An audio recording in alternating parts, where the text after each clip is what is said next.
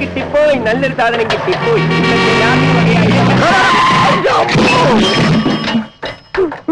ജോലി ഉണ്ടാക്കിയോടോ?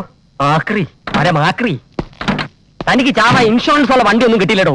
അത് ശരി, വണ്ടി ഒന്ന് കയറ്റിട്ട് ഇൻഷൂർ ചെയ്യാൻ നോക്കണ. താൻ എവിടെ നോക്കിയാണ് വണ്ടി ഓടിക്കണത്? ഞാൻ റോഡ് നോക്കി തന്നെ വണ്ടി ഓടിക്കുന്നത്. അല്ലെങ്കിൽ മുതലാളിമാരുടെ വണ്ടി കൊണ്ട് കയറ്റിയിട്ട് കാശ് പിടിക്കുന്ന പണി ചെലവന്മാർക്കുണ്ട്. കാലം നകത്തി അതിന്റെ ഇടയിൽ കൂടെ സൈക്കിൾ ഓടിക്കവന്മാര്. ഞാനാടാ പുല്ലേ സൈക്കിൾ ജാക്സണോ? തെണ്ടിത്തരം കാണിച്ചിട്ട് തെരുവ് പറ്റിയ പോലെ കുറയ്ക്കുന്നതാ പട്ടി. കേട്ടോ, മുതലാളിയുടെ ഇഷ്ട ജന്തുവിന്റെ പേര് ഇയാൾ എന്നെ വിളിച്ചു. നമ്മളെക്കാൾ നന്ദിയും സ്നേഹമുള്ള ജീവികളാണ് അവറ്റകൾ. ഓവനക്കുട്ട, പട്ടിയിൽ നിന്ന് ഇയാൾ വിളിച്ചതിന് ഇയാൾക്കൊരു ഷേക്ക് ഹാൻഡ് കൊടുക്കും. നമ്മളൊക്കെ മനുഷ്യരല്ലേ, പട്ടിയുടെ ബുദ്ധിയിലും കാണിക്കണ്ടേ? പ്ലീസ് കൊടുക്കൂ ഷേക്ക് ഹാൻഡ്. പണ്ടാരുടെ ന്യൂമാർക്ക് ഭ്രാന്തട്ടാണ്.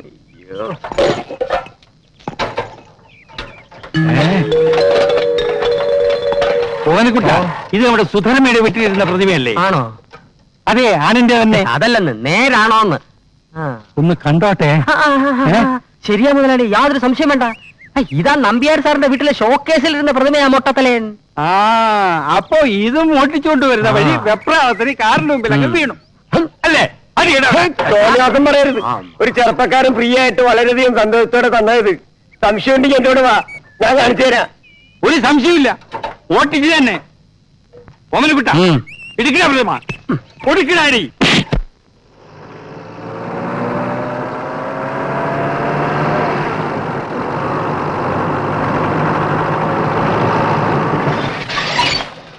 ഞാൻ തുറന്നുതരാമേ. തുറന്നോ? അത്രയും ജോലി കുറഞ്ഞു. ഓമനക്കുട്ട, അവ പറഞ്ഞതുപോലെ ഇവിടെ തന്നെ നിൽക്ക്. അവൾക്കൊരു സസ്പെൻസ് ആയിക്കോട്ടെ, ഒരു ത്രില്ലറും കൂടെ ആയിക്കോട്ടെ. ശരി ശരി, ഞാനിവിടെ നിന്നോളാം. ശരി. ഇവിടെ ആരുമില്ലേ മോളെ?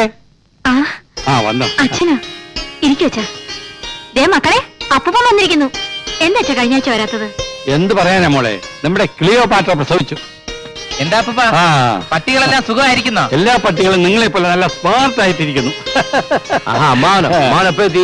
ഞാൻ ഇപ്പൊ ഒന്നേ ഉള്ളൂ. അമ്മാവനായിട്ട് ജോലിച്ച കേമം തന്നെ സമ്മതിച്ചു. അത് പിന്നെ നിങ്ങൾക്കൊരു പ്രശ്നം വന്നാൽ എന്റെ പട്ടികൾക്കൊരു പ്രശ്നം വരുന്നത് പോലാ. മുത്തശ്ശൻ കഴിഞ്ഞ ജന്മത്തിൽ ഏതിനം പട്ടിയായിരുന്നാവോ? എന്റെ മുഖം കണ്ടിട്ട് ജർമ്മൻ ഷെപ്പേർഡിന്റെ ഒരു ചായ ഉണ്ടെന്നാ ജനീവയിലെ ഡെങ്കിൾ സാഹിബ് പറഞ്ഞത്. പക്ഷെ പെരുമാറ്റമൊക്കെ കണ്ടാൽ ഒരു കൊച്ചു പാമറേനേന്റെ പോലെ. മതി മതി മതിയാക്ക്. അതിരിക്കട്ടെ, നിങ്ങൾ എല്ലാവരും കൂടി ഇന്ന് രാവിലെ പുറത്തെവിടെയെങ്കിലും പോയിരുന്നു? ഇവന്മാരോട്ടും പുറത്തു പോയിരുന്നു, പക്ഷെ ഞങ്ങൾ ഇവിടെ തന്നെ ഉണ്ടായിരുന്നു. നീ പുറകു വശത്തെ കഥ കിടക്കാതെ TV കണ്ടോണ്ടിരുന്നു അല്ലേ? ഇന്ന് TV ഓൺ ചെയ്തത് പോലും അച്ഛാ. നിങ്ങൾ അറിയാതെ ഈ വീട്ടിൽ നിന്ന് ഒരു സാധനം മോഷണം പോയിട്ടുണ്ട്. എന്റെ ഈശ്വരാ, സേഫ് തുറന്ന് എന്റെ ആഭരണങ്ങളും കൊണ്ട് വല്ലവനും പോയോ? പേടിക്കണ്ട, ദൈവാധീനം കൊണ്ട് സംഗതി തിരിച്ചു കിട്ടിയിട്ടുണ്ട്. പട്ടാപ്പകൽ മോഷണം നടക്കുമെന്ന് ഇനിയെങ്കിലും നീ മനസ്സിലാക്കണം. ഓമനക്കുട്ട, അതിങ് കൊണ്ടുവരൂ.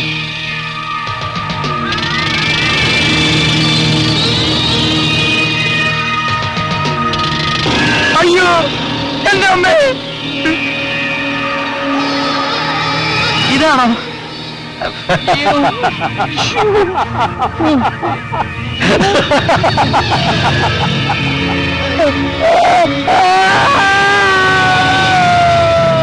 സ്വന്തം അച്ഛൻ ഒരു മകൾക്ക് ഇത്രയും ചീത്ത പറയാൻ ഒക്കും ഓമനക്കുട്ട? പക്ഷെ നമ്പ്യാർ ഒരക്ഷരം മിണ്ടിയില്ല കേട്ടോ. ബോധം തെളിഞ്ഞാലല്ലേ മിണ്ടാൻ പറ്റൂ. തെളിയുന്നതിന് മുമ്പ് മുതലാളി വിളിക്കിറങ്ങിയത് നന്നായി. ഈ സാധനം ഇത്ര കുരുത്തം കെട്ടതാണെന്ന് ഞാൻ അറിഞ്ഞു. അവര് പറഞ്ഞ കഥകൾ വെച്ച് നോക്കുമ്പോ സാറിനെ ചീത്ത മാത്രം പറഞ്ഞാ പോരാ. ആ കൊച്ചുമോൻ പ്രദീപ് അപ്പൂപ്പനായതുകൊണ്ട് മാത്രമാണ് പിടിച്ച് കശക്കാതെ വിട്ടത്. ആക്രിയുടെ കയ്യിൽ നിന്ന് ഞാൻ പ്രതിമ വാങ്ങിച്ചപ്പോ നീ എന്റെ മുഖം ശ്രദ്ധിച്ചോ? പിന്നെ ശ്രദ്ധിച്ചു. സന്തോഷം കൊണ്ട് സാറിന്റെ മുഖം ബുൾഡോഗിനെ പോലിരുന്നു. അതാ മുഖഭാവം മാറിയത്. അനർത്ഥങ്ങൾ പലതും ഉണ്ടാവും. ഇത് ഒഴിവാക്കാതെ ഞാൻ ഇനി വീട്ടിലേക്കില്ല.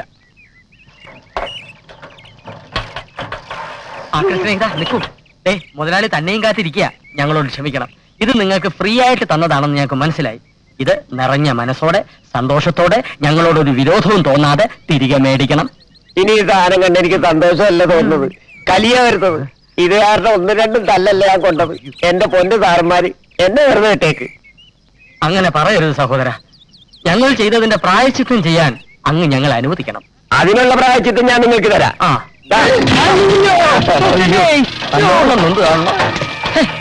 ഹരിയെ പോണ വയ്യാവേലിയെല്ലാം മുതലാളിയുടെ തലയിലാണല്ലോ വീഴുന്നത്. അതെ, പ്രതിമ എന്റെ കയ്യിൽ ഇരിക്കുന്നതുകൊണ്ടാ. ഇതൊന്ന് ഒഴിവാക്കിത്താ. അല്ല, അത് ഞാൻ ഒഴിവാക്കി തരാം. അതിന് വഴിയുണ്ട്.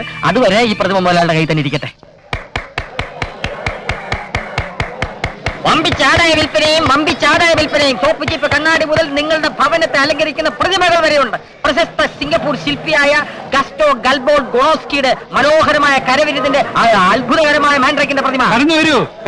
നിങ്ങളുടെ കുടുംബത്തിൽ ഐശ്വര്യവും ഉയർച്ചയും ഉണ്ടാക്കാൻ പോകുന്ന ഒരു പാവം പ്രതിമ സന്തോഷത്തോടെ ഏറ്റുവാങ്ങാൻ വന്നട്ടെ. കടന്നു വരൂ. വിലക്ക് വിൽക്കുന്ന കണ്ടില്ലേ? ഏതോ താങ്കളുടെ വീട്ടിലെ കാരണവരാ വട്ട് പിടിക്കുന്ന തോന്നെ. നോക്കി നിൽക്കാതെ കടന്നു വരൂ. കടന്നു വന്നല്ലോ. എന്താ സാർ വേണ്ടത്? ആ പാവ വേണം. ഇതും സാർ, ഈ പ്രതിമ തരട്ടെ സാർ. സന്തോഷമായിട്ട് ഏറ്റുവാക്കണം സാർ. ഇഷ്ടമുള്ള തന്നാൽ മതി സാർ. വേണ്ട, 2 രൂപ എത്രയും? ഇത് 35 രൂപയെ. 35?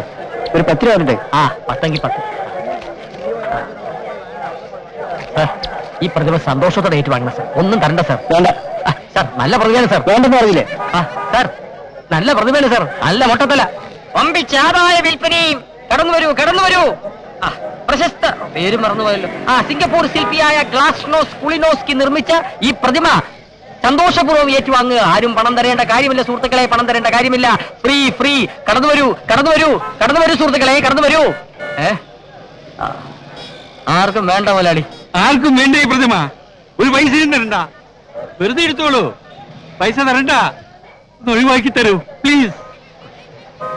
മുതലാളി, വെറുതെ കൊടുക്കാമെന്ന് പറഞ്ഞിട്ട് പോലും ഈ എരണം കെട്ട കുണ്ടത്തിനെ ആർക്കും വേണ്ട. നമുക്ക് ഈ കച്ചവടമൊക്കെ നിർത്താം.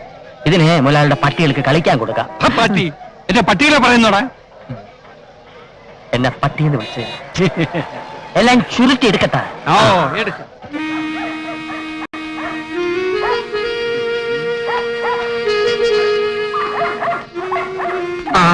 മുതലാളി, മുട്ടയടിച്ച ഒരു ഒഴിയാ ബാധയെ മൊത്തമായിട്ടും ചില്ലറയായിട്ടും കൊടുക്കാനുണ്ടെന്ന് നമുക്ക് പത്രത്തിലൊരു പരസ്യം കൊടുത്താലോ?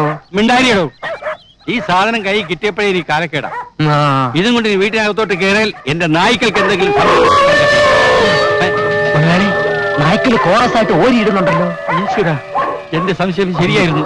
ഇതിലുള്ള ബാധയെ കണ്ടിട്ടാണ് ഓരിയിടുന്നത്. ഇന്നത്തെ കാലത്ത് ഇതൊക്കെ ആര് വിശ്വസിക്കാനാ? പ്രതിമയ്ക്ക് ബാധവതിലോ മണ്ണാങ്കട്ട, ഇതൊക്കെ ഒരു അന്ധവിശ്വാസമാണ്. Super satisfaction. ഒരാളി രണ്ടും കൽപ്പിച്ച് വീട്ടിനകത്തോട്ട് കയറിയട്ടെ. പട്ടികൾ ചാവാണ് ഞാൻ കുഴിച്ചിട്ടുള്ളത്. അല്ലെ ഉപ്പിലിട്ട് വെച്ചോളാം. ഉപ്പിലിടുന്നു? അതെ, ഉപ്പിനകത്ത്. Bloody fool. ചകിക്കൊള്ളുന്ന വർത്തമാനം പറയലടോ.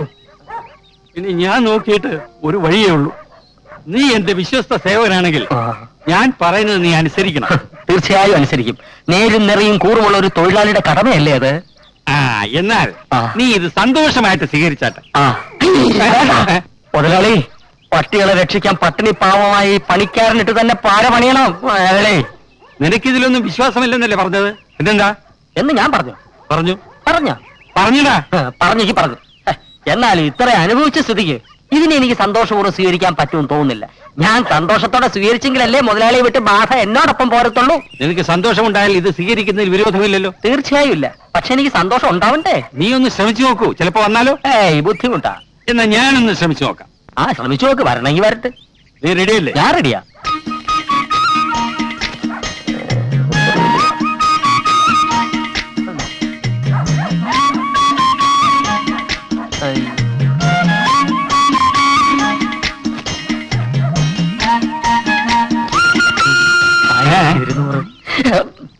പണം ഒരു പിശാചാണെന്ന് പറയുന്ന ഇതുകൊണ്ടാ. ഹരിതാത്തതൊക്കെ ചെയ്യിക്കാൻ അതിന് വിരുത് കൂടും. റഷ്യയിൽ ആരോ പറഞ്ഞതുപോലെ മുതലാളിയുടെ സന്തോഷമാണ് തൊഴിലാളിയുടെ സന്തോഷം. ഇനിയിപ്പൊ ഇവിടെ ഈ വാടക വീട്ടിൽ ഒറ്റത്തടിയായി കഴിയുന്ന എന്റെ സന്തോഷം ദുഃഖമായാൽ എന്ത്? പിന്നെ ഭാര്യ, അവക്ക് ജീവിക്കാനുള്ളതുണ്ട്. നിനക്കും ഭാര്യയ്ക്കും ഒന്നും സംഭവിക്കില്ല. ഇനി അഥവാ എന്തെങ്കിലും സംഭവിച്ചാൽ നിനക്ക് ഞാനുണ്ട്, എന്റെ പണമുണ്ട്, എന്റെ സ്വാധീനമുണ്ട്. ഇതൊക്കെ വെറും അന്ധവിശ്വാസമാണെന്ന് ഈ ഓമനക്കുട്ടൻ തെളിയിക്കും മുതലാളി. നീ ഇതും പിടിച്ചോണ്ട് ഇവിടെ നിന്ന് തെളിയിക്കാൻ ശ്രമിക്കണ്ട. വീട്ടിൽ പോയിക്കോ. ശരി, ചത്താ ഞാൻ നാളെ വരാം. അല്ല, ചത്തില്ലെങ്കിൽ ഞാൻ നാളെ വരാം. അയ്യോ, നാളെ വരണ്ട, മറ്റെങ്കിലും വരണ്ട. ഇപ്പൊ ബാധ നിന്റെ കൂടെയാ. ഇനി നീ ഓടിക്കുന്ന വണ്ടി ആക്സിഡന്റ് ആവും. ഞാൻ ഇനി വേറെ ഡ്രൈവറെ വെച്ചോളാം. അപ്പൊ മുതലാളി എനിക്ക് പണം തന്നെ സന്തോഷിപ്പിച്ചത്? തന്ന പണം പിരിഞ്ഞു പോകാൻ അലവൻസ്. ഇത് ചതിയാണ്, കൊടും ചതി. മുതലാളിയെ രക്ഷിക്കാൻ വേണ്ടി ശ്രമിച്ച എന്നോട് ഇത് വേണ്ടായിരുന്നു. നിന്റെ ഇന്ന് മറ്റാരെങ്കിലും സന്തോഷപൂർവ്വം ഇത് സ്വീകരിച്ചു എന്ന് എനിക്ക് ബോധ്യപ്പെട്ട് കഴിഞ്ഞാൽ പിറ്റേന്ന് മുതൽ നീ ജോലിക്ക് വന്നോളൂ. എനിക്കൊരു വിരോധമില്ല. എന്റെ പട്ടി വരും. എന്നാൽ നിന്നേക്കാൾ സ്നേഹത്തോടെ ഞാൻ അതിനെ വളർത്തും. മുതലാളി ആലോചിച്ചിട്ടാണ് പറയുന്നത്. അതെ, ഓ ആലോചിച്ചിട്ട് എന്നാ പറയുന്നത് സത്യമാണോ? ഈ മാരണം കൈ വന്നതോടുകൂടി എന്റെ പണി തെറിച്ചു. ദൈവമേ, വിശ്വസിക്കാനും വയ്യ, വിശ്വസിക്കാതിരിക്കാനും വയ്യ. എന്തെങ്കിലും ഒരു പോംവഴി കാണണം. എന്ത് പോംവഴി?